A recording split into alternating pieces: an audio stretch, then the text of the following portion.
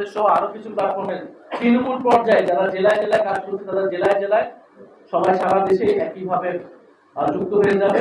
বৈষ্ণবীতি বাংলাদেশ এবং তারপর তারা এনসিপির বিভিন্ন যে সংগঠন অঙ্গ সংগঠন সহযোগী সংগঠন অথবা মূল কমিটি সেখানে তারা যুক্ত হবে।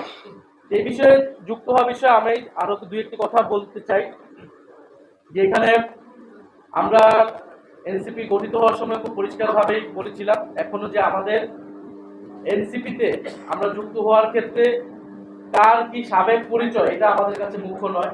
কে আগে কোন রাজনৈতিক দল বা সংগঠন করে এসেছে, ছাত্র দল হোক, ছাত্র শিবির হোক, ছাত্র অধিকার পরিষদ, ইভেন কি ছাত্রলীগ হোক, কার সাবেক পরিচয় এটা আমাদের কাছে মুখ্য নয়।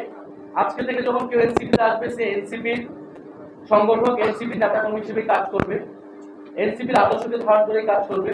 তবে কোনো ফ্যাসিজমে অংশগ্রহণকারী, গণহত্যায় অংশগ্রহণকারী, গণহত্যাকে সমর্থনকারী, চাঁদাবাজ, দুর্নীতির অভিযুক্ত সন্ত্রাস এ ধরনের কোনো ব্যক্তি কখনোই এনসিপিতে আসতে পারবে না, এনসিপিতে থাকতে পারবে না।